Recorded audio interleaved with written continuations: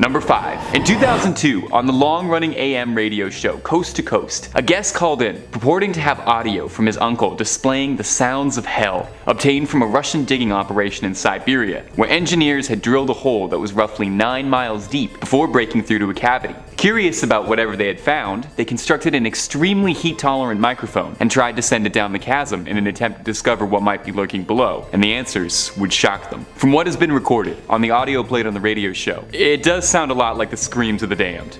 Take a listen. Warn you, what you are about to hear is very disturbing indeed.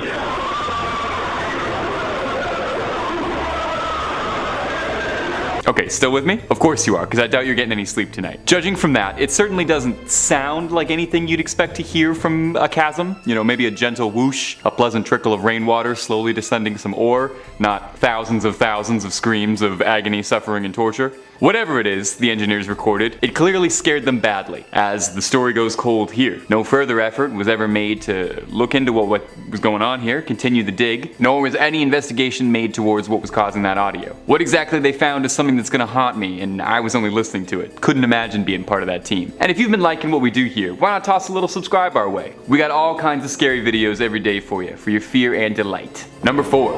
Annalise Michel was a young woman, and one of the most notorious exorcisms in history. When she was younger, she experienced a seizure and was diagnosed with temporal epilepsy. Here she was taken in and treated at a psychiatric hospital, where her condition worsened despite medication and treatment. She became intolerant towards religious iconography and objects and began to hear strange voices. Her family was under the impression that this meant she had become possessed, and in 1975 they contacted a Catholic priest for an exorcism to be conducted in secret, although it was recorded. The audio was recorded, and what you can hear is truly spine-chilling. She can be heard growling in low guttural tones, identifying herself as Lucifer, Cain, and a number of other demonic forces. The audio is in German, so being able to make out any individual words is tricky unless your German is pretty good, but the audio alone is enough to send a blood-curdling shiver down your spine. Now, a strong warning. This audio is really disturbing, so if you can't handle it, just skip on ahead from this one, okay?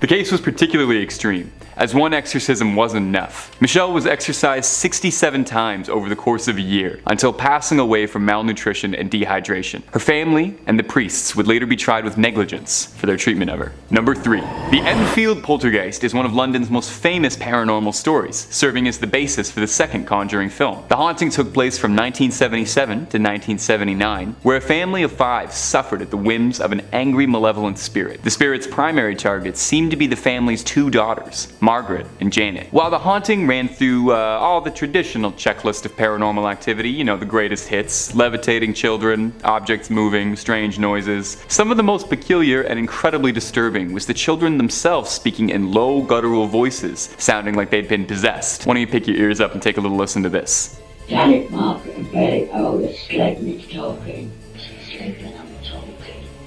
And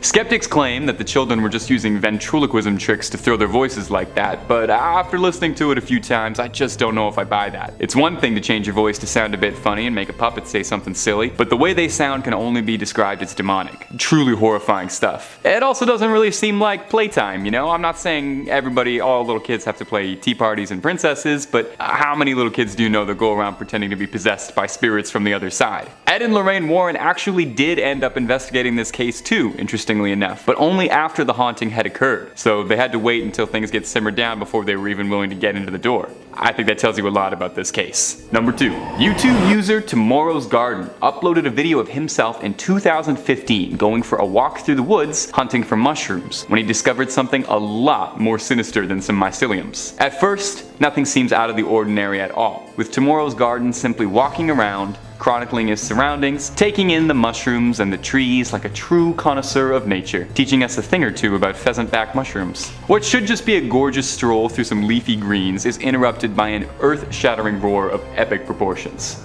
Take a quick listen.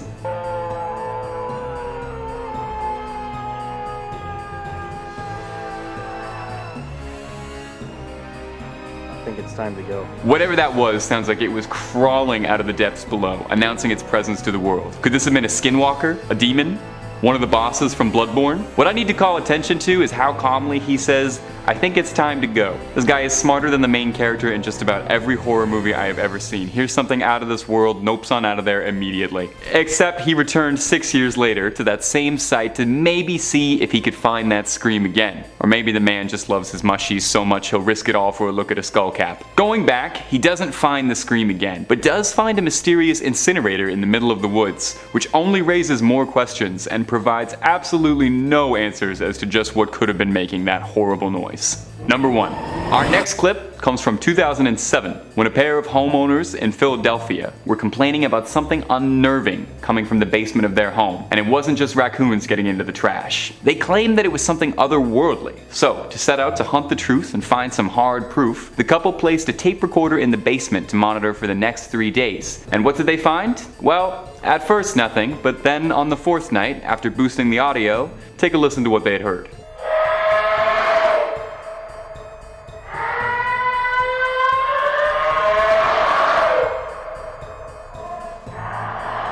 Worth noting is that this audio occurred around 3 a.m., which to paranormal enthusiasts will recognize as the witching hour, where it's said that the veil between our world and theirs is weakest. The homeowners claim there was no physical change in the basement, nothing knocked over, no markings. So what was making that sound? Was it something trying to crawl its way into our world? All I know is that if I was living there, I would have a for sale sign on the lawn. I would be buying a plane ticket out of there faster than you can say always sunny in Philadelphia. That's all from me, my little ghosts and ghouls. In at number 5 we have Aztec death whistle. In 1999 in the Temple of Tlatelolco in Mexico, archaeologists discovered a skeleton of a 20-year-old sacrificial victim who was clutching onto 2 skull-shaped figurines. Historians investigated the objects and initially thought the clay sculptures were just simply toys, so they catalogued and stored them in a museum warehouse. Years later, the clay sculptures were found again, and someone had blown into the device, and the sound that came from it was a terrifying screaming sound.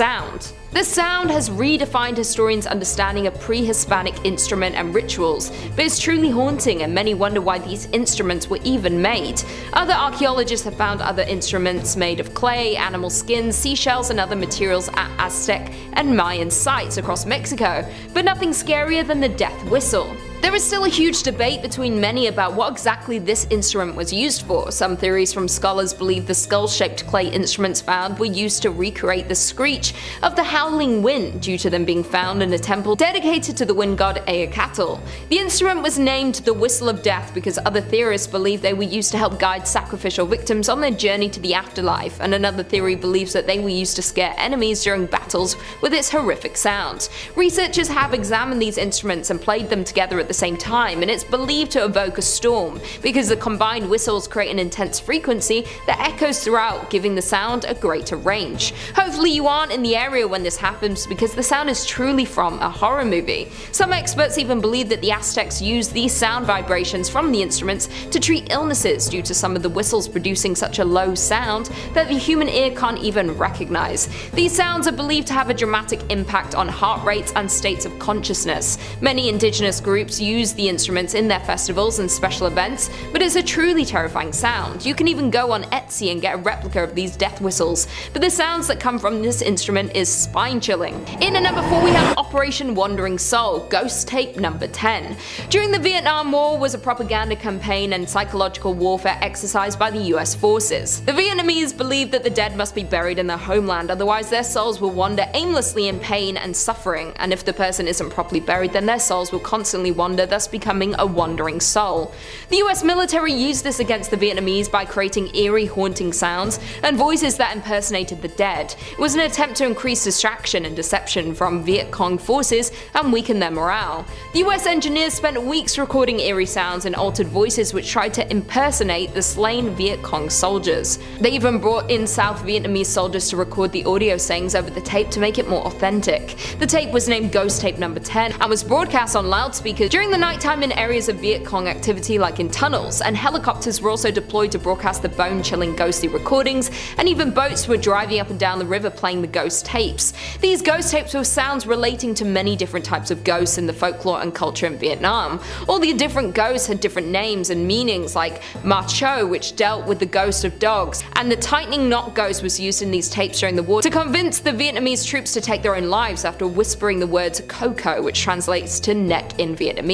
The US even used some North Viet Cong soldiers to talk into the loudspeakers to convince the others to give in and join them. These tapes were extremely loud, broadcasting all over, and were very hard to ignore. The sense of torture and emotion instilled in the ghost voices created are truly frightening, horrifying, and blood-curdling, and you should never listen to them, especially knowing the sinister story behind them. In at 3 we have the wow signal. The wow signal was discovered on August 15, 1977 by the Ohio State University's Big Ear radio telescope and created a debate of if this is the proof of extraterrestrial intelligence. A few days after the recording, astronomer Jerry R. Eman was going through the 72-second recording. He was so impressed by his finding he circled the signal's intensity and wrote the comment "wow" beside it, which is how the famous signal was named. The large telescope was designed by radio astronomer John Krause and was built by university staff, volunteers and part-time laborers in the 1960s. It was constructed by funds from the National Science Foundation, was made to be the most accurate radio map sky ever, and to this day astronomers around the world recognize and still question the wow signal. Many different hypotheses and theories have come out trying to explain the origin of this recording, including natural human-made sources or even from a comet, but none have confirmed an explanation of this haunting signal. After the discovery of this mysterious recording, NASA agreed to fund a largely volunteer-staffed effort to search the sky for radio signals from technologically advanced aliens. Because it was such a long recording, that's how it was able to be observed by Big Ear, but hasn't been detected since and remains the strongest candidate for an alien radio transmission ever detected. The wow signal is so eerie because no one has been able to confirm where or who this creepy recording came from. Even in pop culture, it's been featured in music videos, documentaries, and even songs. In at 2 we have the Forest Grove sound. Forest Grove is a small city located in Oregon. The city gained a lot of attention in February of 2016 when one resident recorded a very unusual noise.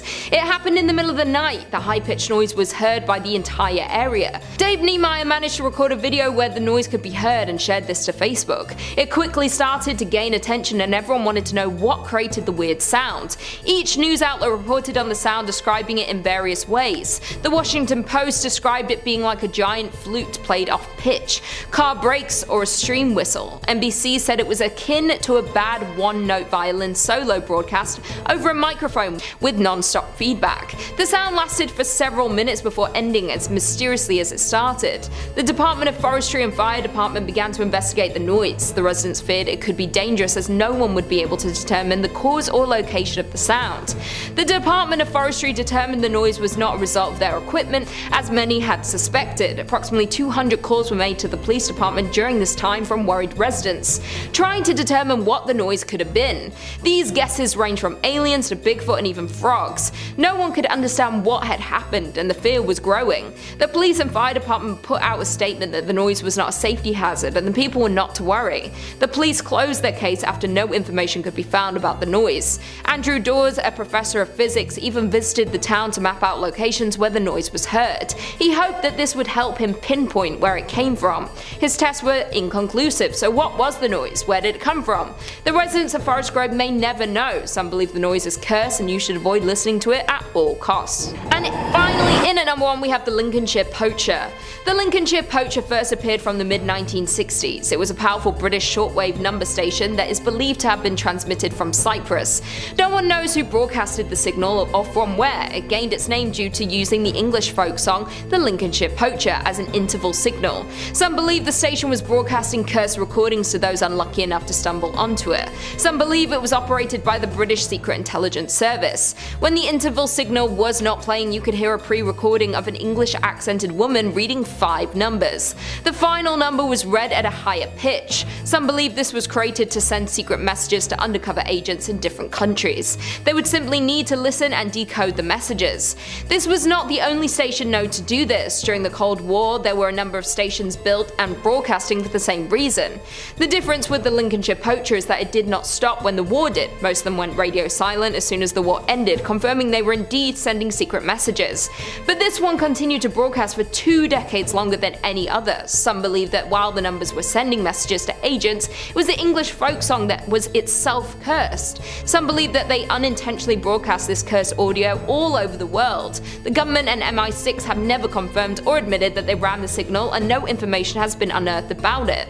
In June 2008, the signal finally stopped. Since then, nothing has been heard from the Lincolnshire Poacher. It might forever be a mystery. Today, the folk song is widely avoided, as it's believed to carry a curse that infected many during the time it was broadcast from the station. In at number 5, we have first ever recording. The first ever recording was done in 1860 by a phonograph, which was the leading edge sound-based technology at the time. It could transcribe sound to a visible medium, but had no means to play back the sound after it was recorded. 17 years before Thomas Edison invented the phonograph, Parisian inventor Edouard Leon Scott de Martinville made this recording on what he called the phonautograph machine. Scott had looked to the invention of photography and wondered if something similar could be done with sound waves, focused as he was on improving stenography. And his invention took in sound vibrations through a diaphragm, which moved a stylus against a rotating cylinder covered in lampblack. What was left was a wiggly line in a concentric circle. On March 9, 2008, a 10-second clip of an eerie, unidentifiable voice was discovered in the midst of a historian research. Unplayable for more than a century, the recording was only recently brought to light by new audio technology. American audio historians discovered Scott's scribbles and turned them to the Lawrence Berkeley National Laboratory and a software called Irene. The software was designed to extract sounds from wax cylinders without touching the delicate surfaces, and they eventually were able to bring history to life and hear what the first ever recording in history sounded like. This recording consists of high-pitched, creepy, mysterious, scary sounds that you'd think came from a horror movie or paranormal investigation. On the recording, it is believed Scott is actually singing a snippet from the French folk song Au clair de la lune. It is a true test of time and how far we have come with technology, but I would suggest not listening to it due to its very eerie, creepy, and ghost-like aspects. Coming in at number 4, we have Jonestown tapes. The audio of the Jonestown incident is nicknamed the Death Tape, which was made in Jonestown by cult leader Jim Jones and followers on November 1978. The People's Temple was originally formed in Indianapolis, Indiana in 1955 by the charismatic Jim Jones. Through preaching and his Christian revival movements, he quickly gained followers. But after receiving considerable criticism in Indiana for his integrationist views, the temple moved to Redwood, California in 1965. In early 1970s, the temple opened other branches in LA and San Francisco, would eventually move its headquarters to San Fran. Finally, in the summer of 1977, Jones and several hundred temple members chose to move the practice to a remote location in Guyana to form a compound for all members to work, live, and build their own community. In the beginning, the People's Temple was a happy place for followers, but soon many wanted to leave and go home to the US. Jones, the self-proclaimed messiah, was abusive, controlling, and his treatment of his followers were less than humane. And in November of 1978, things became deadly. Jim Jones led hundreds of his followers into taking their own lives. Many of the Jones followers willingly ingested a poison-laced punch, while others were forced to do so at gunpoint. The final death toll at Jonestown that day was 909. After the tragic event of Jonestown, more than 1,000 recordings were found, including sermons, meetings, People's Temple propaganda, private conversations, and even the recording of the entire night that they took their lives. The tape began with sounds of church music and children talking and crying, which sounds innocent enough, but slowly gets more sinister. Jones states, I quote, "I tried to give you a good life. In spite of all I tried to do, a handful of our people who are alive had made our lives impossible," which he was referring to the members trying to leave and escape Guyana. Jones continued saying, "I propose that we not take our lives, but a revolutionary act." The tape continued, and you can hear screaming as members started drinking the Kool-Aid, and you can hear Jones arguing with members to take the poison. After Jim speaks his final words and the poison was settling in, you can clearly hear a faint demonic growl by demonic chants. He goes on and on for almost an hour and tells the story of a truly sad and grisly event. The audio recorded in Jonestown wasn't just a lifeline, but a direct line to death too, and it's skin-crawling to listen to, so you should avoid it at all costs. In at number 3, the sounds of Saturn. Space is one of the most unknown things, and has many unexplored secrets that are mysterious to us humans. We continue to research it and try to see what's happening outside of our planet, and the Cassini spacecraft is a spaceship that was sent to Saturn in 2004, trying to explore and get more answers of these other planets, was the first spacecraft to orbit Saturn. There were recordings taken from the 2004 expedition, and there were intense radio detections from the planet. These signals have been compressed to become audible to the human ear. Two researchers described these findings of Saturn's radio emissions as they could be mistaken for a Halloween soundtrack. Saturn's radio emissions were first reported in 1979 by Don Gurnett and Dr. Bill Kurth. He used an instrument on the International Sun-Earth Explorer spacecraft in Earth's orbit. Kurth said that despite their best efforts, scientists still haven't agreed on a theory to fully explain the phenomenon. Kurth also stated that it was a bit disorientating. We weren't hearing what we expected to hear, which is extremely eerie. Also in 2010, Cassini first detected a storm on Saturn that is 8 times the surface area of Earth and is 500 times larger than the biggest storm previously seen by Cassini during several months from 2009 to 2010. Scientists studied the sounds of the new storms, lightning strikes, and analyzed images taken, and George Fisher stated, "We have been observing storms on Saturn for almost 7 years, so tracking a storm so different from the others put us at the edge of our seats." Data from Cassini's radio and plasma wave science instruments showed a lightning flash rate as much as 10 times more frequent than during other storms monitored since Cassini's arrival in Saturn in 2004. At its most intense, the storm generated more than 10 lightning flashes per second. Only problem is the recording kind of sounds like an audio track from a sci-fi horror movie. The result was an unsettling series of crackles, whirls, and snarls that sound quite literally out of this world. It's shocking to think we know so little about space, and one thing is for sure, you should never listen to these creepy recordings. In at number 2, we have Original Night Stalker voicemail. The East Area attacker, or known also as the Original Night Stalker, was a man named Joseph James D'Angelo, who was an American serial killer and burglar who committed at least 13 murders, 50 attacks, and 120 burglaries across California between 1974 and 1986. This man caused havoc and caused fear to many surrounding areas and was finally caught in 2018 and sentenced to life imprisonment with no possibility of parole in 2020. D'Angelo is believed to have taunted and threatened both victims and police in obscene phone calls and possibly written communications. In March of 1977, the Sacramento County Sheriff's Office received 3 calls from a man claiming to be the East Area attacker. The first 2 calls received at 4:15 and 4:30 were identical and ended with the caller laughing and hanging up. The final call came in at 5 p.m. with the caller taunting the police and saying, "I'm the East Side attacker and I have my next victim already stalked and you guys can't catch me." Which is truly chilling, but not only did he call the police, he also called to taunt his victims. During the 1977 Christmas season, a previous victim received a phone call that she attributed to her attacker. The caller said, "Merry Christmas, it's me again." Another voicemail was left on the answering machine of his first known victim, and it repeatedly says, "Gonna kill you," over and over again in slow and low tone. The Original Night Stalker's last known call was in 2001 when a victim received a call from him and asked, "Remember when we played?" The Original Night Stalker was known to often leave horrifying messages on his victims' answering machines before committing these brutal attacks, or taunting them after their attacks. These continuous calls and voicemails will give you nightmares and you should never listen to them. In at number 1, we have Exorcism of Annalise. Anna Elizabeth Annalise Michel was a German woman who was diagnosed with depression and epileptic psychosis at the age of 16. She was treated at a psychiatric hospital unsuccessfully and her symptoms worsened. At age 20, Annalise had depressive thoughts. She had seizures, hallucinations, heard voices, and had violent reactions to religious words and objects. She was also growling, self-harming, eating insects, and drinking her own urine. After trying every medication and psychiatric treatment, nothing had helped Annalise. Her family started looking for other ways to help their daughter. Annalise and her family were very religious and wondered if her health issues could possibly stem from demonic possession. The family met with one priest and he mentioned that Annalise didn't look like an epileptic, so they asked the Catholic Church for an exorcism. When the church rejected the family, they found a local bishop that said he would perform an exorcism on their daughter in total secrecy. In 1975, 2 priests began performing exorcisms on Annalise, and eventually she became malnourished and stopped eating, and the exorcisms kept happening. A total of 67 exorcisms were performed on her over a 10-month period before her unfortunate death at age 23. Annalise died of malnutrition and dehydration. At the time of her death, she was 68 pounds, was covered in bruises, had fractured teeth, and could not get out of her bed on her own. Once people caught wind of this crazy incident, the priest and Annalise's parents were charged with negligent homicide and went to trial, eventually only getting 3 years probation. But the worst part of all of this is that the exorcisms performed were filmed. In the recordings, you can hear Annalise screaming, growling, barking, crying, and arguing in different demonic voices. Priests Ernst Alt and Arnold Renz argued that Annalise's demonic possession was serious. They said her demons had been identified as Lucifer, Cain, Judas Iscariot, Belial, Legion,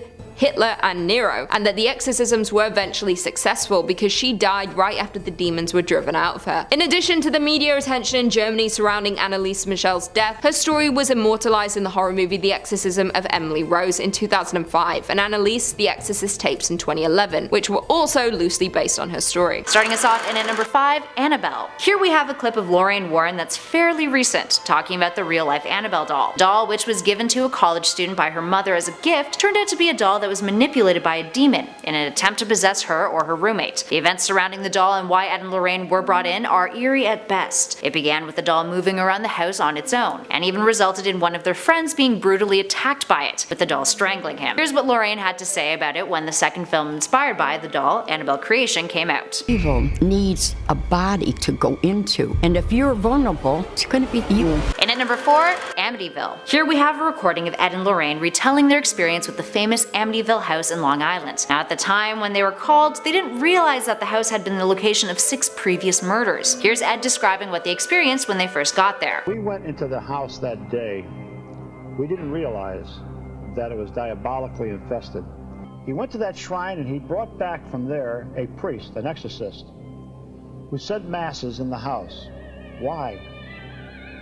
If this was a hoax that was created by the Lutz family, why 6 months before this man was murdered and his family was an exorcist in that house? Eerie stuff. The Amityville horror case has long been criticized as being a hoax perpetuated by the Lutz family. But from what the Warrens claim, it was a sinister place long before the family had the unfortunate luck of moving in there. Up next at 3, The Haunting in Connecticut. This particular case is concerned with a haunted funeral home, and it happened in 1988. The couple had gotten a call from the homeowners saying that they were being tormented by ghosts, to the point where the assaults were even sexual in nature. Now, the house had been converted from a funeral home to a regular house before they had bought it. Believing that necrophilia had occurred there in the past, the Warrens had this to say about what they discovered there. The instruments they used for embalming, the embalming table, the chain hoist, everything was still there.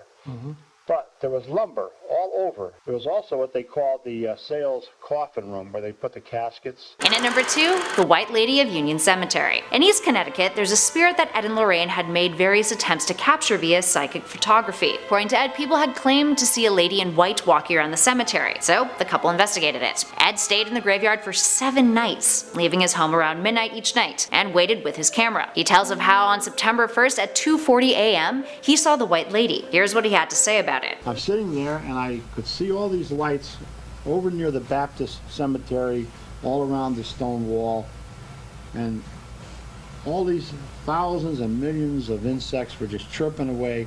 All of a sudden things started to quiet down, and I could hear what sounded like a woman weeping. I took the camera out and I could see all these ghost lights suddenly forming into a figure out of a woman. He goes on to say that he wasn't able to see her through his camera, but only with the naked eye. He put his camera on his tripod and let it run, and tried to walk towards her, but she disappeared. So he backed away, and that's when she reappeared. He then saw some shadow ghosts holding her back from him. He claims that a shadow ghost then pushed her towards the road, and then she was gone. And finally, in her number 1 spot, Bill. The Enfield poltergeist is one of the Warrens' most publicized cases. It was the topic for the Conjuring 2 film, in which we saw the Warrens, played by Patrick Wilson and Vera Farmiga, attempt to help the family rid themselves of spirits who were severely haunting them in the late 70s. The film actually used the audio recordings that the duo recorded while at the house as inspiration. Take a listen.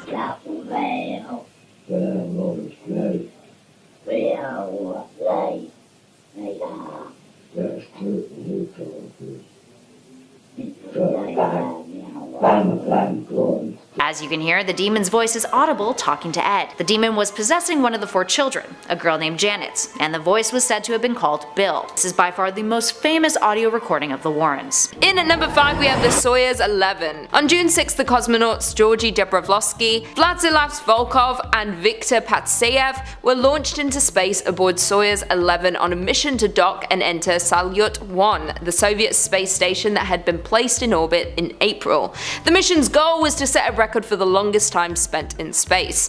The spacecraft successfully docked with the station, and the cosmonauts spent 23 days orbiting the Earth. On June 30th, they left Salyut 1 and began re-entry procedures. When they fired the explosive bolts to separate the Soyuz 11 re-entry capsule from another stage of the spacecraft, a critical valve was jerked open. 100 miles above the Earth, the capsule was suddenly exposed to the nearly pressureless environment of space. As the capsule rapidly depressurized, Patsayev tried to close the valve by hand but failed. Minutes later, the cosmonauts were dead. They became the first people to ever die in space. The last message that they sent to Earth was them trying to scream for help, but they couldn't due to the loss of pressure. All they heard from the crew was them gasping for air and then popping sounds from the air in their lungs expanding. The spacecraft landed itself perfectly on Earth, fully intact. When it was opened, they found the remains of the crew, with blood dripping from their ears and nose, and their skin had turned blue due to the lack of oxygen. Not many today have heard the recording, but it is sure to send chills down anyone's spine hearing these poor men last few minutes in space. In at number 4 we have WOW. In 1977, the sound of extraterrestrials were heard by human ears for the very first time. The WOW signal was detected by astronomer Jerry Eman using Ohio State University's Big Ear Radio Telescope. It is a radio signal detector that was pointed at a group of stars called Chi Sagittarii in the constellation Sagittarius. When scanning the skies around the stars, Eman captured a 72-second burst of radio waves. He circled the reading and wrote "Wow" next to it, hence the signal's name. He was desperately searching for the signal to get a second reading, but he never found it again. Over the last 40 years, the signal has been cited as evidence that we are not alone in the galaxy. Experts and laypeople alike believe that finally we had evidence of alien life. The WOW signal is the strongest signal we have ever received from space. We may never know who or what caused the signal, but it is the strongest proof Earth has ever had that there is something else out there. Hopefully, whatever it is, it's peaceful or like Earth. In at number 3 we have Lost Cosmonaut. The Lost Cosmonauts are subject of a theory alleging that some Soviet cosmonauts went to outer space, but their existence has never been publicly acknowledged by either the Soviet or Russian space authorities. The Soviet Union attempted to launch human spaceflights before Yuri Gagarin's first spaceflight, and those cosmonauts on board died in those attempts. Two brothers who were former amateur radio operators made audio recordings which support the theory that the Soviet space program covered up cosmonaut deaths in the 1960s. One of the recordings in question is from November 1963. The recording is of a woman who died on a solo mission into space. In the recording you can hear her screaming. She is shouting about how the capsule is heating up. You can hear her screaming it is getting hot. She is frantically looking for someone to help her, but once she was up there she was on her own. It is believed the capsule burned up on re-entry and the woman died. When asked about the recording, the Soviets claimed that the space mission was unmanned and no woman died during re-entry. The evidence seems to prove this wrong, and their denial proves the possibility of the cover-up. In at number 2, sounds of Saturn. The ringed planet and its moon Enceladus have a lot to say to each other. Though it's been gone for nearly a year, the Cassini spacecraft continues to fuel new studies of Saturn and its many moons. In particular, Cassini's unique and close-up view of the system during its grand finale orbits produced data that have revealed how plasma waves moving outward from the planet interact with both its rings and its moons. Now, in a video produced by NASA's Jet Propulsion Laboratory using this data, you can tune into the sounds of Saturn. The radio emission generated by these plasma waves as they travel along the invisible magnetic field lines linking the planet with its icy moon Enceladus. As it plunged closer to the planet during its grand finale on September 2nd, 2017, Cassini's radio and plasma wave science instrument picked up electromagnetic waves as it traveled through the Enceladus flux tube, a sort of conduit between the moon and the planet, bounded by magnetic field lines and through which charged particles can flow back and forth. The waves fall in the range of human hearing, and scientists have now amplified them into the audio file below, compressing about 16 minutes worth of data down to 28.5 seconds of scary space sounds.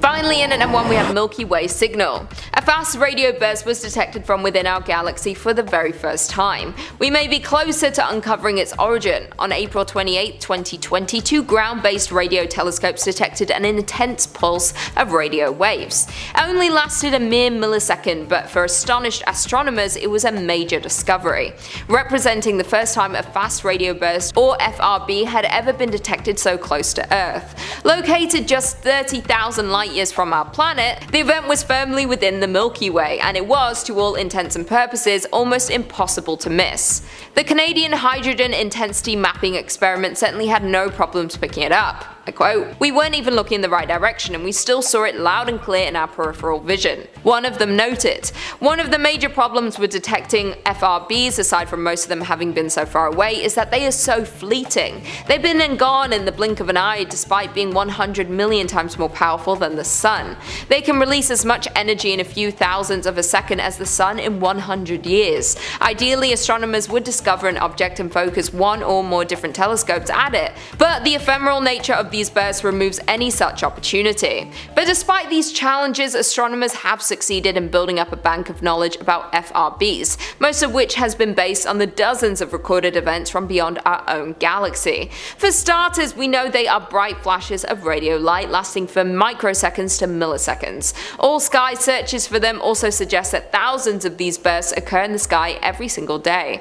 It'll take many years of research to understand exactly what these signals mean. Until then, we can just wonder about what is out there among the galaxy. Number 5 on this list is Julia. According to Wikipedia, Julia is a sound recorded on March 1st, 1999 by the US National Oceanic and Atmospheric Administration. NOAA said the source of the sound was most likely a large iceberg that had run aground off Antarctica. It was large enough to be heard over the entire equatorial Pacific Ocean autonomous hydrophone array with a duration of about 2 minutes and 43 seconds. Due to the uncertainty of the arrival azimuth, the point of origin could only be narrowed to between Bransford Straits and Cape Adar. The most accepted explanation is that a massive iceberg scraped along the ground, but in truth, it could be anything. This was a one-off sound, so we'll likely never know for sure, but an iceberg, a massive animal, some underground volcanoes, maybe even tectonic plates shifting, all of these are potential explanations for why this sound may have come about, and none of them are great. This sound was huge, and if this is what it sounds like for tectonic plates to shift, then they're probably shifting around in ways that we don't really need them to be doing right now. Also, there was a rumor that NASA had photographs of the body of water that was suspected, and that there was a massive shadow in it. People believe that they may have been able to capture a photo of some giant creature down there, but don't want to reveal such information to the public. If the creature is as big as people think, then I kinda understand why. Number 4 on this list is the Upsweep. Schneider writes, "Upsweep is an unidentified sound that's existed at least since the Pacific Marine Environmental Laboratory began recording SOSUS, an underwater sound surveillance system with listening stations around the world in 1991. The sound consists of a long train of narrow band upsweeping sounds of several seconds duration each, the laboratory reports. The source location is difficult to identify, but it's in the Pacific around the halfway point between Australia and South America. Upsweep changes with the seasons, becoming loudest in spring and autumn, though it isn't clear why. The leading theory is that it's related to volcanic activity. This sound or signal is very unique because it keeps coming back and changes with the weather. Frankly, I don't really understand how this could possibly be related to volcanic activity because the season is dictating how loud or soft the noise is. Why would the fact that we're in fall change anything about a volcano's activity and therefore the sound? Is it possible that this explanation is just an explanation of convenience, and the fact of the matter is no one really has any idea why this is happening? Or maybe even worse, they do know why it's happening and are just covering it up anyways. Number 3 on this list is the hum. The hum is one of the most interesting signals from the deep ocean that we've ever run into. Caitlin Schneider writes, "The hum has been recorded on several occasions, mostly during the last 50 years or so. In these cases, there have been reports of a relentless and troubling low-frequency humming noise that can only be heard by a certain portion of the population. It's difficult to pinpoint when instances of the hum began, but it's been well documented since the 1970s, and since then, cases have popped up all over the world, from Ontario, Canada, to Taos, New Mexico, to Bristol, England, to Largs, Scotland, and Auckland, New Zealand. In most instances, the affected group only makes up 2% of the population, but for those individuals, the hum is largely inescapable and impossible to track. Those affected report never having heard noises before and say the hum is generally heard indoors and becomes louder at night. It's also most common in rural and suburban areas and among people between age 55 and 70. Scientists have long investigated the cause of the drone, occasionally tracing it to industrial equipment emitting particular frequencies. For the most part though, the sound has left the world completely puzzled. The list of other possible culprits is long and wide-ranging. Wireless communication devices, power or gas lines, electromagnetic radiation, radio waves, earth tremors, or the ocean are all suspects. Because the hum appears and disappears, and because the cause may vary from case to case, the phenomenon still baffles researchers. At this point, a few things are clear. The hum is real and likely a byproduct of 21st century living. They think that this sound might come from the ocean, but they're also really not that sure. This is one of those ones that just really doesn't make any sense. Caitlin writes at the end there that it might be a product of 21st century living, but I frankly don't understand that. How is our way of living causing this hum to come from the ocean all around the globe at totally random times? Also, why is it that people from the ages of 55 to 70 are more affected by this? It's stuff like this that reminds me that we aren't as smart as we think we are. Sometimes I think that we're so advanced and that we have it all figured out, but then I'm reminded that there's just this massive hum that occasionally happens which nobody knows why. What it means or what it could do is all a mystery, which honestly adds to the scare factor.